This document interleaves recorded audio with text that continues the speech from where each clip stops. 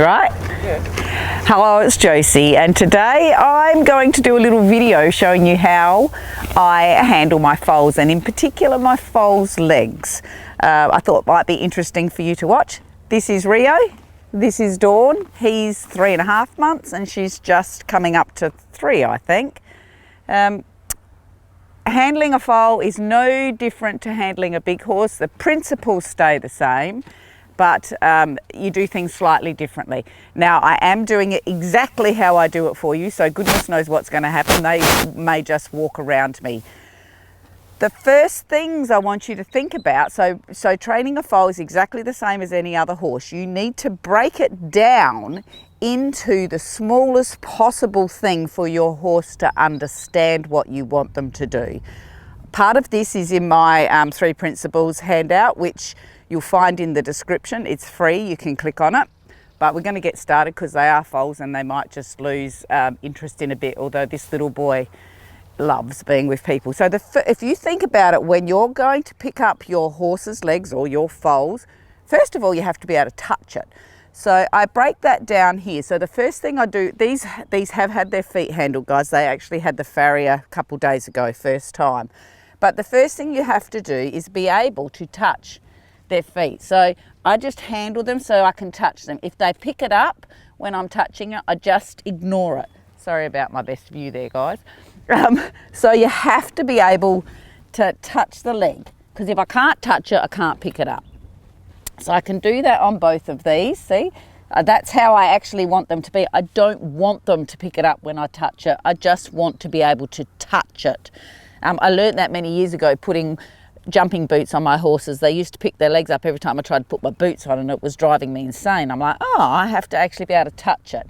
The next thing you want them to do, these will probably skip a step, but to pick their foot up, what is the next thing they need to do? They literally need to shift their weight so that they can take the weight off that. So when I touch down here and just here, and I've just got a bit of pressure there, and there, she did pick it up, but I released the pressure as I felt her weight shift over. Then you build for them to be able to pick it up. So here again, I'm just touching. There, she shifted her weight. Did you not see that? I released it. Good girl. Good girl. The next thing I want them to do is pick it up, Tar. Good. Notice I said pick it up, not hold it up. So the next tiny building block is for them to be able to pick it up. They can pick it up and put it down. Now, she is a foal, so her balance is not as good as a full-grown horse. And if you remember, or if you don't know, horses carry about 65% of their weight on their front legs. That's the way nature built them. So she's got more weight on the front than she has on the back. So I need her just to work out to move her weight and then pick it up. And then I will come down and ask her to hold it up. Good, and that's long enough, okay? You build in seconds.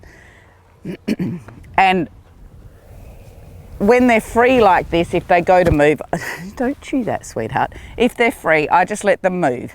So the other thing I want you to know is that if you put the leg down or they take it away, you haven't lost the battle. Same with the back legs. I do exactly the same, except I stand up here and bend over to touch the back legs. Dawn, you're really giving everybody my best view. Can you turn sideways? They can cow kick pretty quickly and cop you. And those little feet hurt and you can't get cross because she's just being a horse. So I do the same. My hand comes down and she picks it up, but I don't want her to. So here I'm just following her while she moves. And when she keeps still, if I can, she's loose. So, because if I took the pressure off here, I'm teaching her to move. Yeah, good. I missed the opportunity there. I had a good opportunity. So I will just follow her around. Good. There's another thing. Good. Because I want to be able to, yes, good girl. I want to be able to touch it. The other thing I do, my foals love having belly scratches. So when they do what I would like them to do, I'll often give them a belly scratch. They just love it. All right. Do the same with picking it up. She just needs to change the weight like that. I'm going to get a bite on the bum in a minute. Good girl. Beautiful, very nice. Okay, I'll just get a halter and I'll show you how I do the next step. You are so beautiful. Okay, so these guys are halter broken, just. So I can walk out and put a halter on. The other way I will do it, or depending on the day and what's happening, Rio, you don't need to come in, oh, you're going over there to the food, is you make sure before you do these leg bits that you have control of the foal with the halter. They'll give to pressure, she understands it. Doesn't mean that she's fabulous at it, but she understands it. And then I will use a long whip. Should be mucky eye this way if you can see it, guys. I'll clean it up and sort it in a bit. The flies and the dust here because we're in the middle of a drought. So I have a firm whip, not a soft whippy whip because that will tickle. If you're worried, make sure that your foal's used to is okay with teaching. I'll see if I can just turn her sideways. Come this way, sweetie. Come this way. I put pressure on the halter and then she came. I'm very aware of not dragging her. I want her to move softly. So then I will use this and you'll see if she moves her leg, which she's not going to now, but here we go. I'm staying on it. And when the foot went down, I took the whip away. Same here. I don't want her to pick it up. Good girl. So when she went to move and stopped, I just let go of the whip. So that is another way you can play with legs so you don't get kicked with them. Good girl. Now my foals, I come out and they get rubbed all over from the day they're born. So it's nice for them. I scratch them so that they're pretty well used to being touched everywhere. And as I said, they absolutely love their belly rubbed. I'm just going to go for a walk over here. You might as well see her leading. She's not the, yeah, good girl. Pressure on the halter, walk. Pressure on the halter, walk. Good. Good. Good. I'm just going to grab something else here to show you the next step I do. Oh, okay, Dawny, come this way, sweet. Go back out here. Good girl. Good girl. Good girl. Now you wouldn't build as quick as I'm doing this on a young on a foal. I've done all this, so I spend more time working with the back legs. But when you're ready, so I work a lot on my own here. I'm quite often on my own. It's easier with a helper. Don't you come and bite her, you cheeky boy. Don't you come and bite her. You learn to do things when you do different ways to do things when you're on your own. So I know that she's not going to kick to this rope because I have desensitized her to it.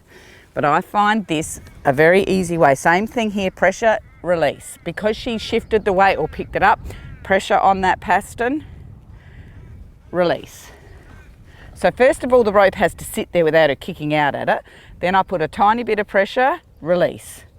And I hope you can see my hand. I'll get the cameraman, if he can just zoom right in on my hand, on this right hand here. You'll see how much pressure I put on that by the slack I take out of the rope. Just hang on a minute. Right, you ready? Pressure, release. Pressure, release. Don't bite. Pressure, and I'm just holding the pressure. Yeah, good girl. So that is how I will work at picking up hind legs. Good boy. Well, you missed out on being the star of the show because you were too busy eating. Anyway, that's a little bit of work on how I work with my foals. Hello, beautiful girl. They are foals.